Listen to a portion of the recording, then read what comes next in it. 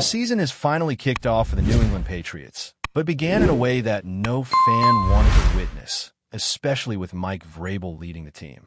Walking out of Gillette Stadium after a tough loss against a Raiders squad that looked resurgent, there's a lot to unpack. From the performance of rookie quarterback Drake Maye to the offensive struggles, defensive highlights, and the decisions that shaped the game, the opening week left Patriots fans with plenty of questions. The scoreboard read 20-13, a narrow margin, but the way the team reached it left plenty to be desired. This was supposed to be a moment of optimism for a team looking to build momentum, but instead it served as a reminder of the challenges that lie ahead in the new season. Drake Maye, stepping into his first real test as a starting quarterback, had moments of promise, but ultimately struggled to find consistency. Completing 30 of 46 passes might sound impressive at first glance, but when you break it down, the numbers don't tell the whole story. The yardage didn't hit 300, and his average yards per attempt barely scratched 6.2. For a quarterback trying to establish rhythm and command, that's a tough starting point. 4 sacks and an interception didn't help either, and there were multiple throws that were simply off target. The young quarterback seemed tense, trying to balance the weight of expectation with the reality of facing a defensive unit that had been sharpened under Pete Carroll's guidance. You can't help but wonder if this is an issue with adapting to the system or just the natural growing pains of a player in his first true game of the new era. There were glimpses of what he can do, some clean completions, some sharp reads, but overall, the performance left fans hoping for a quicker adjustment period. Contrast that with Geno Smith, the former Jets quarterback who orchestrated the Raiders' offense, and the difference becomes glaring. Smith went 24-34 for 362 yards, averaging over 10 yards per pass attempt, showing the kind of efficiency and timing that can make a quarterback look elite. The Patriots' defense had some moments, containing Ashton Gentry on the ground to just 38 yards on 19 carries, but they couldn't fully contain the passing game or slow down Brock Bowers, who found the end zone and topped 100 yards receiving. Scoring 20 points isn't catastrophic in any sense, but when your own offense struggles to reach 13, it paints a picture of missed opportunities. Mike Vrabel acknowledged that the second half exposed more weaknesses than strengths. The Patriots had chances to capitalize on the Raiders' mistakes, but failed to take advantage, instead committing some questionable plays themselves. When a margin of error is this thin, a loss like this is more than just a stumble. It's a wake-up call. For a team with playoff aspirations, these are the types of games that can define a season early on, and falling short against a team in transition can have ripple effects on confidence and momentum. On the bright side, the Raiders looked sharper than expected.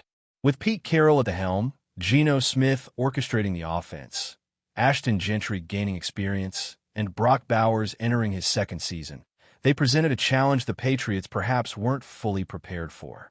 Defensive coordinator Patrick Graham had his unit playing at a higher level than last year, and Max Crosby continued to be a disruptive force on the line. The Patriots may need to recalibrate quickly, or the path ahead in the AFC East could become much steeper. On offense, the stock report is mixed. Drake Maye clearly has areas to improve. His quarterback rating of 39.3 tells the story. His completion percentage wasn't terrible, but his ground game contributions were minimal, totaling just 11 yards on 4 designed rushes and a handful of scrambles.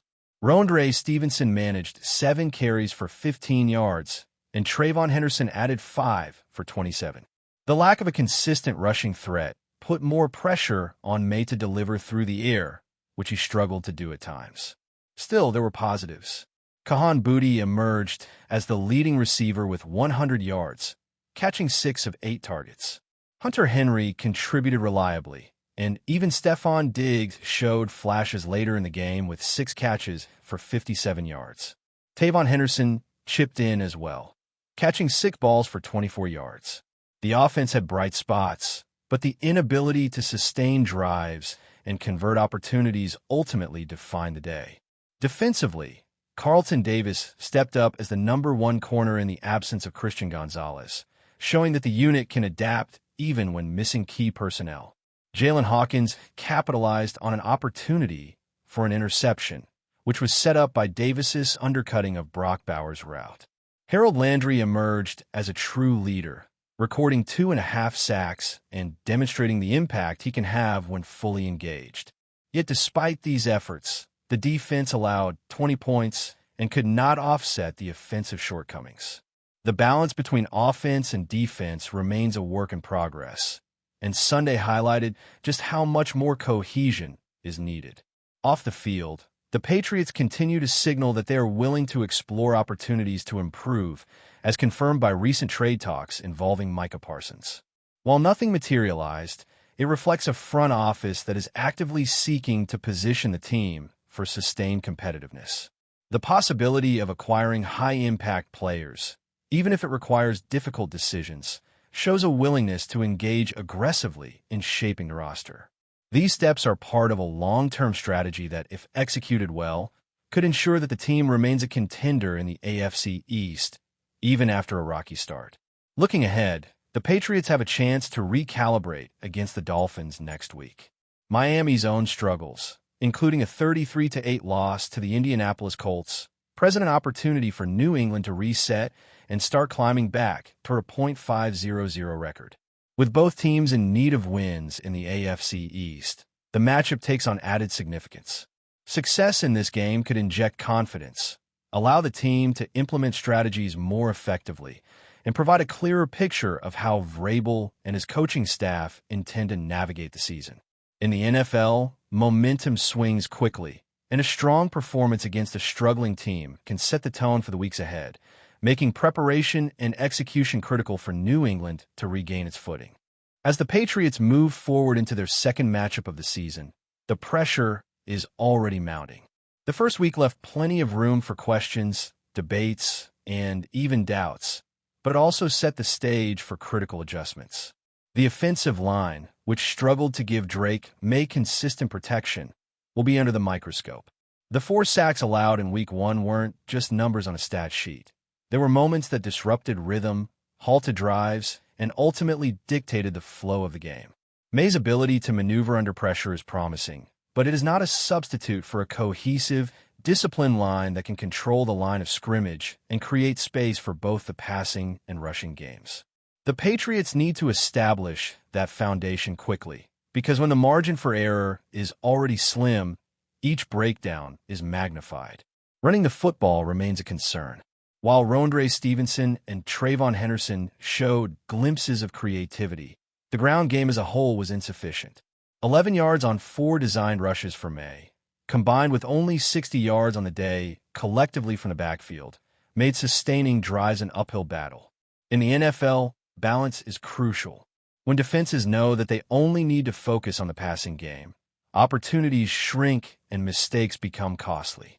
The Patriots coaching staff, led by Josh McDaniels and Terrell Williams, will need to design more effective schemes that allow the backs to find gaps and the quarterback to make plays without feeling pressured into forcing throws. Part of that will involve communication, adjustments at the line, and perhaps more creative motion and play-action concepts to stretch the defense horizontally and vertically. The receiver core offers some reassurance. Kahan Booty's 100-yard day reminds everyone that the team has the talent to make explosive plays. Hunter Henry's consistency, coupled with Stephon Diggs' ability to step up in key moments, shows that there are weapons for May to work with. The challenge now is timing, spacing, and chemistry. A quarterback's trust in his receivers grows with repetition and success, and early season struggles like this can be both a test and an opportunity. The encouraging signs are there, but the question is whether the offense can string together drives, protect the ball, and convert critical third downs when it matters most. Defensively, the Patriots have to reconcile both promise and concern. Carlton Davis's performance as the top corner highlights potential, yet his solo brilliance underscores the gap left by Christian Gonzalez's absence. While Davis showed he could step up in coverage, the secondary as a whole needs cohesion and communication to prevent big plays, especially in situations where a rookie quarterback like Brock Bowers could exploit misalignments. Harold Landry's 2.5 sacks indicate a player capable of swinging momentum, but the defense must do more than create flashes. They need consistency over 4 quarters, forcing turnovers, pressuring quarterbacks without giving up lanes, and maintaining discipline and run support. A team with playoff aspirations cannot rely solely on sporadic heroics. It must deliver as a unit game after game. The strategic choices from the coaching staff are also under scrutiny. Mike Vrabel's decisions in key moments, whether in play calling or clock management, will shape both the short-term results and the long-term trajectory of the team. Against the Raiders, there were opportunities that went unexploited, and while hindsight always offers clarity, these moments provide lessons that cannot be ignored. Every snap, every formation, and every adjustment matters in a league where the difference between victory and defeat is often just a handful of plays.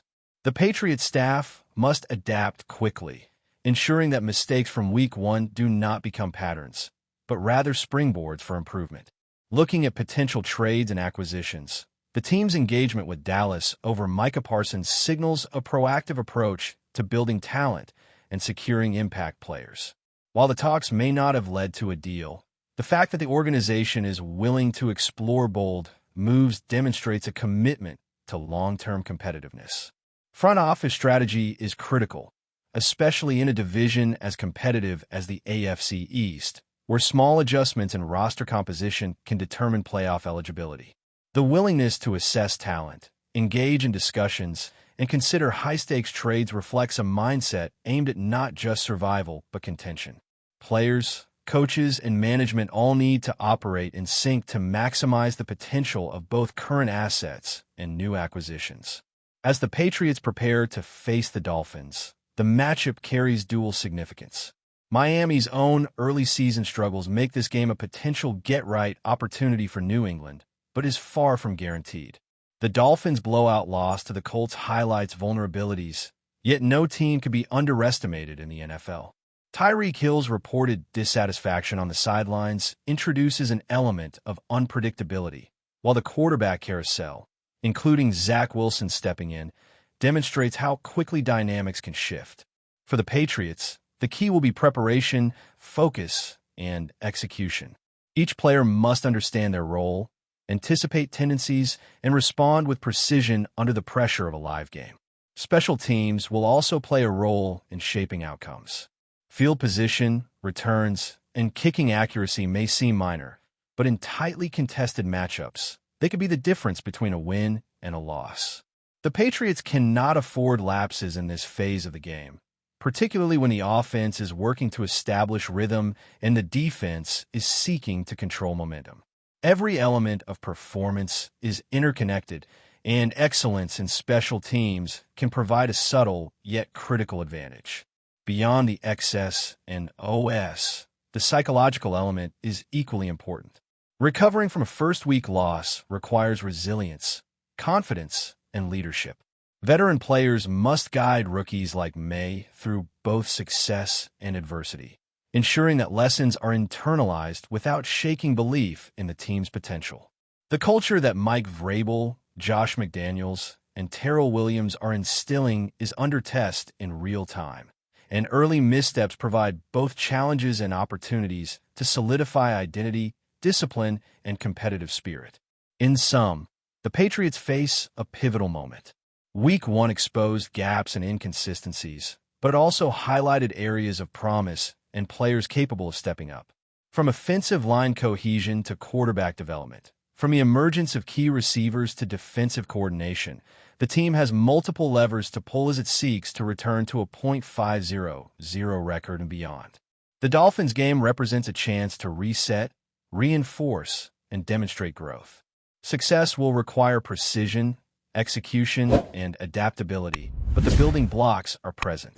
The challenge is translating potential into tangible results, ensuring that early season setbacks do not define the narrative, but rather fuel the drive for improvement, cohesion, and victory.